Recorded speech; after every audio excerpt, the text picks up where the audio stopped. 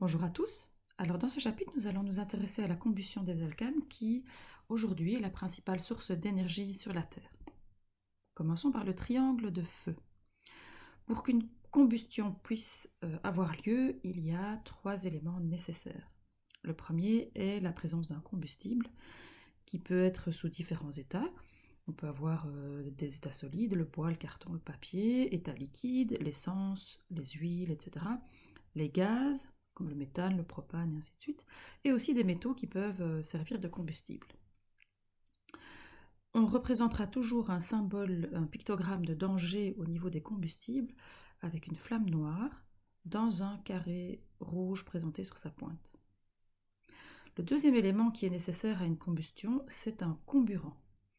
Le principal comburant est le dioxygène, mais on peut noter aussi que les nitrates, par la présence de beaucoup d'oxygène dans le NO3, vont également être des comburants. On va représenter le pictogramme de danger des comburants par une petite boule avec une flamme au-dessus, puisque c'est le comburant qui va alimenter la combustion.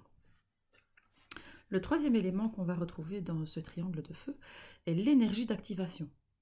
Alors l'énergie d'activation, ça peut être de la chaleur, produite par une allumette par exemple, ça peut être de l'électricité, qui va produire par exemple des étincelles, ou encore des radiations. Il faut savoir que pour qu'une combustion ait lieu, ces 3 éléments doivent être présents, et que donc si on veut arrêter une combustion, il faut supprimer un des 3 éléments. Par exemple, en étouffant les flammes, on empêche l'arrivée de dioxygène avec une couverture, en retirant le produit qui est en train de brûler, ou en refroidissant le système, on diminue l'énergie d'activation. Intéressons-nous maintenant à la combustion des alcanes. Il existe plusieurs types de combustion. Alors une combustion est complète, attention, ça n'a rien à voir avec les réactions complètes et incomplètes, s'il y a suffisamment de dioxygène. En fait, cela veut dire que l'entièreté de l'alcane au niveau de la combustion va être transformée en dioxyde de carbone et en eau. Et en énergie, évidemment, il y aura toujours production de chaleur et de lumière. Si on prend l'exemple ici, par exemple, du méthane, le méthane va réagir avec le dioxygène, il va former du gaz carbonique et puis des molécules d'eau. Et quand on observe au niveau des molécules et des liaisons, eh bien, on se rend compte qu'il y a besoin d'avoir 2 molécules de dioxygène et que l'on va produire 2 molécules d'eau. L'équation pondérée de cette réaction sera donc CH4 plus 2 dioxygène se transforme en du CO2 et 2H2O plus énergie. Un autre exemple, le butane en réagissant avec le dioxygène a besoin de 13 demi-molécules de dioxygène et va former 4 molécules de gaz carbonique et 5 molécules d'eau. Alors une combustion sera incomplète s'il y a un déficit, un défaut en dioxygène. À ce moment-là, on va produire non seulement du CO2, mais également du monoxyde de carbone et du carbone. Le carbone se présentera sous forme de suie, et le monoxyde de carbone est le gaz qui peut tuer les personnes lorsque, par exemple, un chauffe-bain est mal entretenu. Donc ça fait partie des accidents domestiques courants. Enfin, il peut exister aussi une combustion explosive lorsque les combustibles et les comburants se trouvent dans certaines proportions. C'est le cas de ce qu'on pouvait retrouver dans les mines de charbon avec le coup de grisou. On mettait toujours un petit canari dans une cage pour vérifier qu'il n'y avait pas de proportions dangereuses, ou les explosions évidemment du gaz de ville. Et on peut citer également l'explosion qui s'est produite à Beyrouth, dans le port de Beyrouth. Alors, au niveau énergétique, eh bien, les combustions sont des réactions qui sont très exothermiques.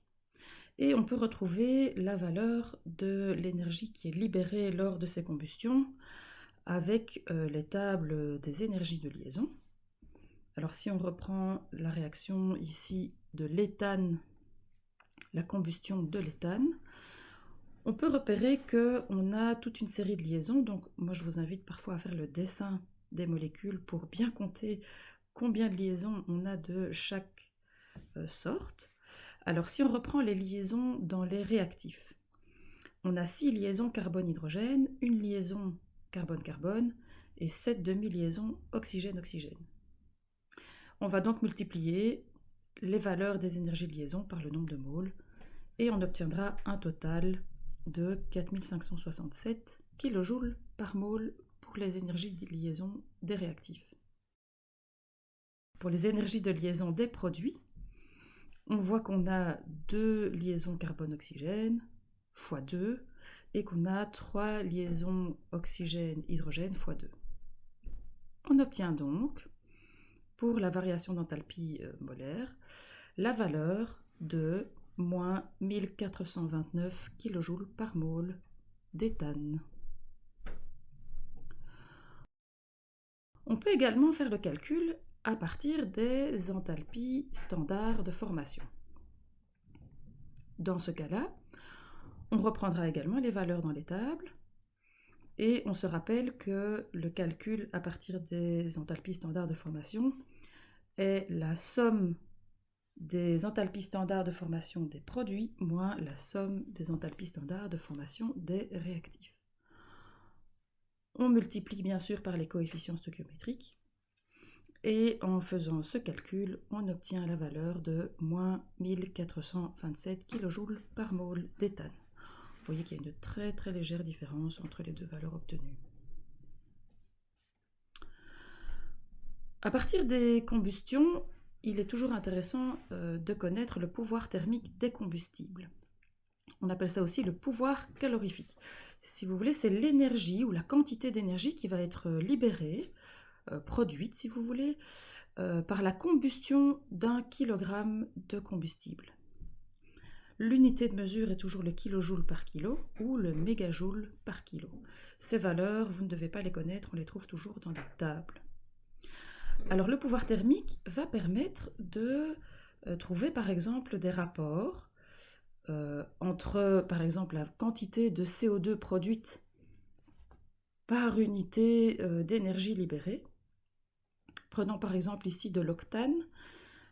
Quelle est la quantité de CO2 qui sera libérée au moment de la combustion de l'octane? Donc l'octane c'est l'essence principalement.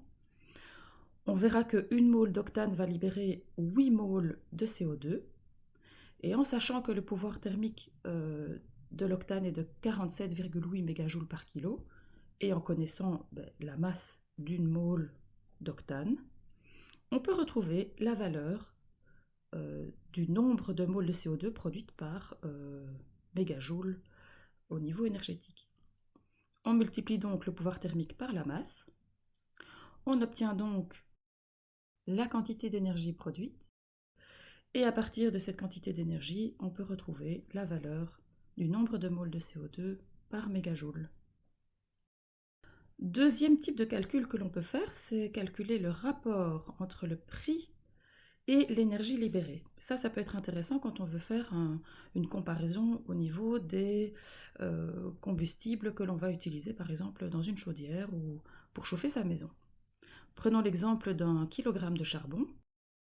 Alors en sachant qu'un kilogramme de charbon a un coût de 0,40 € par kilogramme, on divise par le pouvoir thermique et on obtient donc la valeur du prix par mégajoule.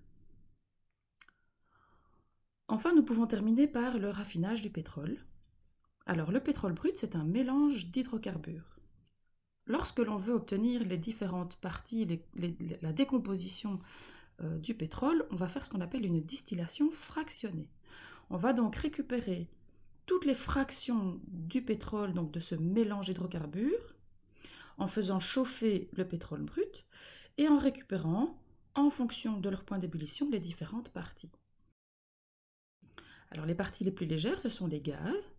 On a le propane, le butane.